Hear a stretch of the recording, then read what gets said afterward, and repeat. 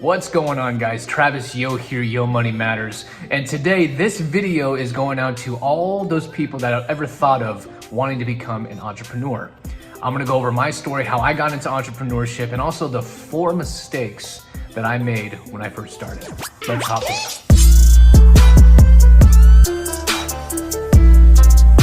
All right, guys, so let's go right into it. So first and foremost, what is an entrepreneur? Now, this is someone who likes to take risks, but generally you are trying to figure out the processes of either starting a business or how to make money, but you are taking all the financial risk, okay? Versus an employee where you're working for someone else's business and you're basically employed by that business. Hope that makes sense. Now, when I first got into entrepreneurship, I had no idea what I was getting myself into, right? Because a lot of people have their opinions on what route they should take when it comes to their career, right? Most people, they go traditional route. They want to go do college, bachelor's degree, finding a good job. There's nothing wrong with that. Actually, America has groomed us to be that way, and that's pretty much all we know. But then you have also the other camp of entrepreneurs who do take the risks, who want to try new things. And honestly, that's why entrepreneurs, they rule the world. So why did I decide to get into entrepreneurship? Well, my background is I actually come from a restaurant background. I worked for some pretty big companies, Claim Jumper, it might be still around, BJ's, Brew House and Pizza, and Yard House. So I did every single job imaginable, from busboy all the way up to assistant general manager. Having no bachelor's degree and being able to be in that position because I worked my way up from the ground up was quite an accomplishment. But at the end of the day, if you look at the bigger picture, assistant general managers are a dime a dozen today, especially in restaurants. And they paid me under $60,000 a year. With that being said, $60,000 a year gross is $5,000 a month. After taxes, I'm taking home about $4,000 net. Now, is that enough to raise a family of 4 in California? Exactly. So I knew that I had to do something else to make an additional income than just my own career profession. So there are very good rewards when you become an entrepreneur, success, all the stuff that come with it, but guys, you gotta understand that it's not an easy path, because if it was easy, everyone would do it. So at the end of the day, really, it's why I created my channel, because 1, we talk about personal finance, 2, we talk about entrepreneurship, but 3, we also talk about self-development.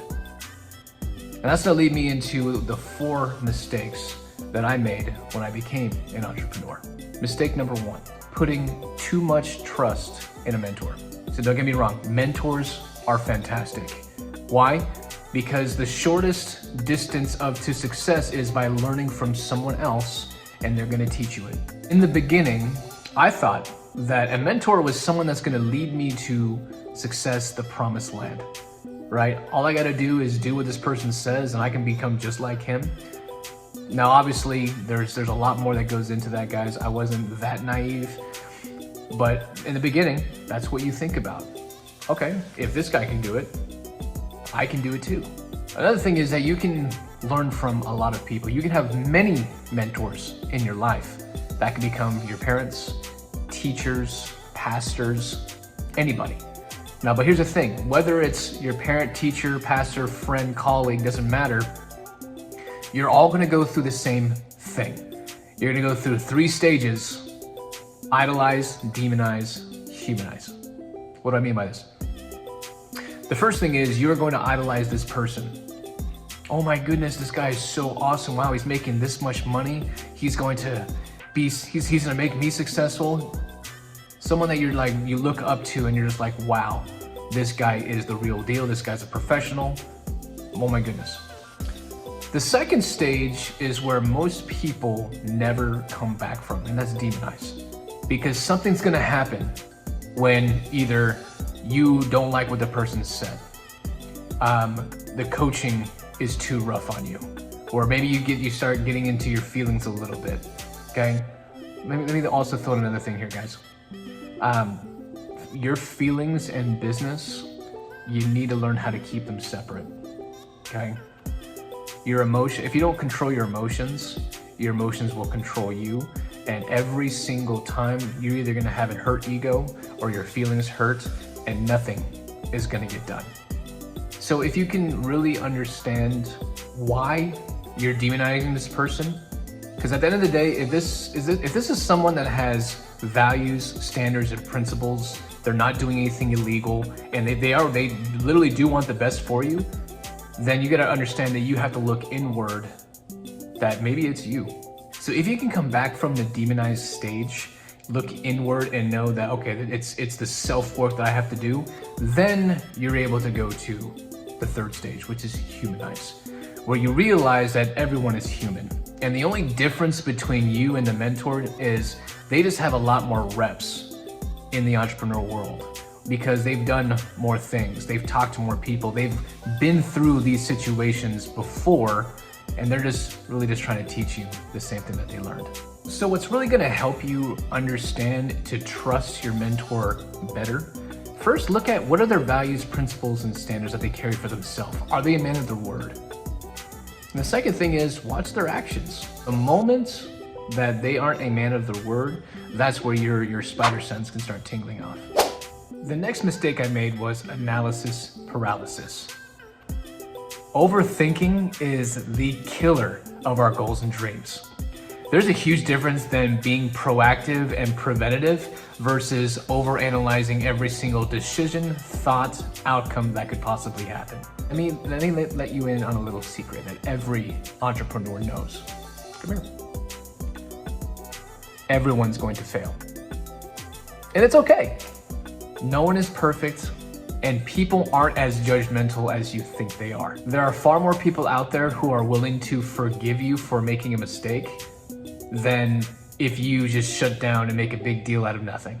So one of the best ways I've learned to overcome overthinking is what I call the 1, 2, 3 rule, where you literally count 1, 2, 3 and you just go.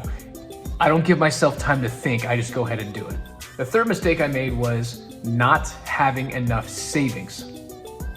I can't express to you enough why it's important to have a savings, because you're taking a risk when you're starting a new venture. And trust me, if you have that type of savings, those will get you through the bad times. The saying goes, the true character of a person is displayed through their down times, not their good times. So if you're in a down time where your business isn't successful, how does one person act? Do all of your values and principles go out the window because you need to close and have money coming in? This is where that line of integrity gets bended or even broken because you're compromising your ethics in order to get the job done. Or do you just go ahead and quit and go back to what you're used to? I'm just gonna go back to my restaurant job, because it's easy. This could all be handled correctly if you have the proper amount of savings to back you. The last mistake that I made was caring too much about people's perceptions or the opinions. Because again, at this point in my life, I can't express enough how important it is to have the right people in your corner.